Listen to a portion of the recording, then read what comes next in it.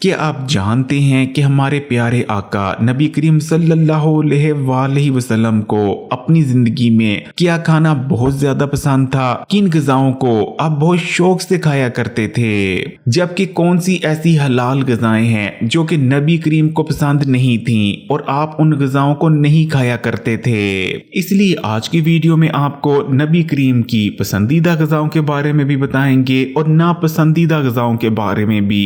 Video को आखिर तक देखिएगा क्योंकि इन बातों का हर मुसलमान को पता होना बेइंतहा जरूरी है। सेहत की जब भी बात आती है तो तिब्बे नबवी से बेहतर और कुछ नहीं, क्योंकि जदीद साइंस जिन बातों का आज हमें 1400 साल बाद बता रही है, हमारे प्यारे आका इन तमाम बातों का हमें 1400 साल पहले ही बता चुके हैं कि कौन सी ग़िज़ाएं फायदेमंद हैं और कौन सी ग़िज़ाओं का इस्तेमाल नुकसान पहुंचाता है। जैसे कि हमारे नबी करीम छने हुए आटे की रोटी इस्तेमाल नहीं किया करते थे, यानी ऐसा आटा जिसको छानकर चोकर निकाल दिया गया हो, यानी जो रिफाइंड आटा होता है, आप ऐसे आटे को इस्तेमाल नहीं किया करते थे। बल्कि बाज़ रिवायतों में तो हमें यह भी मिलता है कि नबी करीम गंदम के आटे की भी रोटी इस्तेमाल नहीं किया करते थे, बल्कि आप जौ के आटे की रोटी इस्तेमाल करते थे। और आज हमें जदीद साइंस ये बताती है कि गंदम के आटे में क्योंकि ग्लूटेन मौजूद होता है, इसलिए मोटापे की सबसे बड़ी वजह गंदम के आटे से बनी रोटी का ज्यादा इस्तेमाल है। और इसी तरह गंदम के आटे में एंटी न्यूट्रिएंट्स पाए जाते हैं। गंदम के आटे से बनी रोटी का इस्तेमाल जल्दी बुढ़ापा लाता है, जबकि दूसरी तरफ अगर जौ के आटे की बात करें तो जौ गंदम के मुकाबले बहुत ही ज्यादा हेल्दी होता है। और अगर आप जौ के आटे की बनी रोटी का इस्तेमाल करते हैं तो ना तो आप मोटापे का शिकार होंगे, फिट बने रहेंगे और आपकी एजिंग भी बहुत ज्यादा स्लो डाउन हो जाएगी। इसी तरह हमारे नबी करीम कभी भी एक साथ 2 सालनों का इस्तेमाल नहीं किया करते थे।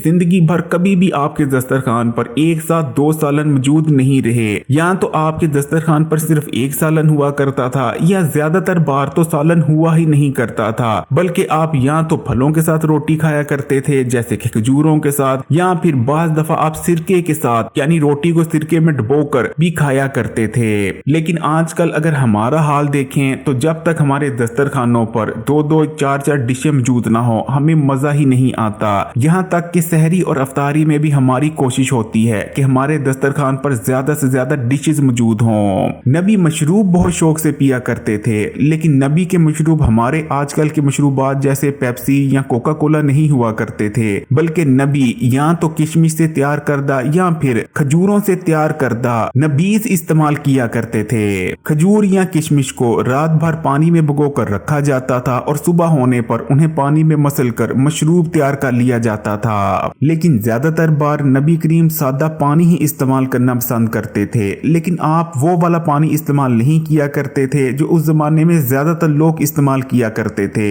उस जमाने में आम लोग कुएं का ताजा पानी यानी कुएं से ताजा पानी निकाल कर इस्तेमाल करना पसंद करते थे, लेकिन नबी करीम का यह मामूल हुआ करता था कि आप कुएं के पानी को पहले रात भर घड़े में पड़ा रहने दिया करते थे और अगले दिन जब पानी बासी हो जाया करता था तो फिर उस घड़े का पानी इस्तेमाल किया करते थे।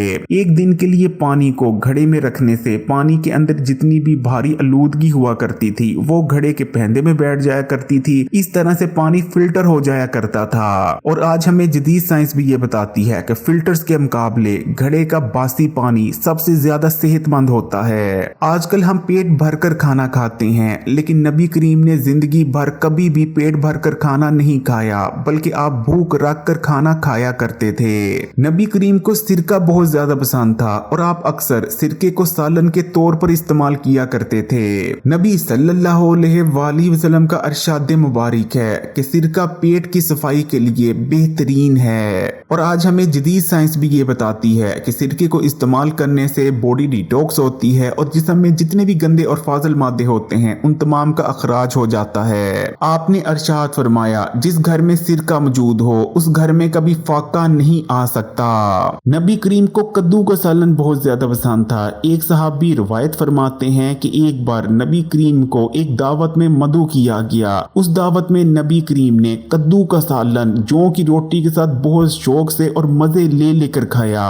नबी करीम गोश्त भी बहुत शौक से खाया करते थे। आप भेड़, दुम्बे, ऊंट और मुर्ग का गोश्त खाया करते थे। नबी करीम ने गोश्त के सालन को तमाम सालनों का सरदार करार दिया है। नबी करीम को फल बहुत ज्यादा पसंद थे। आपने अंगूर और अंजीर को जन्नत के फल करार दिया है। आपका अरशाद मुबारक है कि जन्नत भी फल अंजीर की ही तरह हैं, जिन पर ना तो छिलका होता है और ना ही इनके अंदर गुठली। नबी करीम जैतून बहुत शौक से इस्तेमाल किया करते थे। अल्लाह ताला ने तो कुरान पाक में जैतून की कसम भी खा रखी है। आप सल्लल्लाहु अलैहि वसल्लम का अरशाद मुबारक है कि जैतून और जैतून का तेल खाओ और इसके तेल से मालिश करो। आज की जदीद साइंस कहती है कि जैतून का तेल दुनिया का वाहिद और इकलौता ऐसा तेल है जो कि खाए जाने के बाद जिस्म में जाकर चर्बी में कन्वर्ट नहीं होता। नबी करीम खजूरें बहुत शौक से खाया करते थे, खासकर अजवा खजूर आपको बहुत ही ज्यादा पसंद थी। आपका अरशाद मुबारक है कि जो शख्स भी सुबह निहार मुँह 7 अजवा खजूरों को खा लेता है तो उस दिन ना तो उस शख्स पर किसी किस्म का कोई जादू असर करता है और ना ही जहर।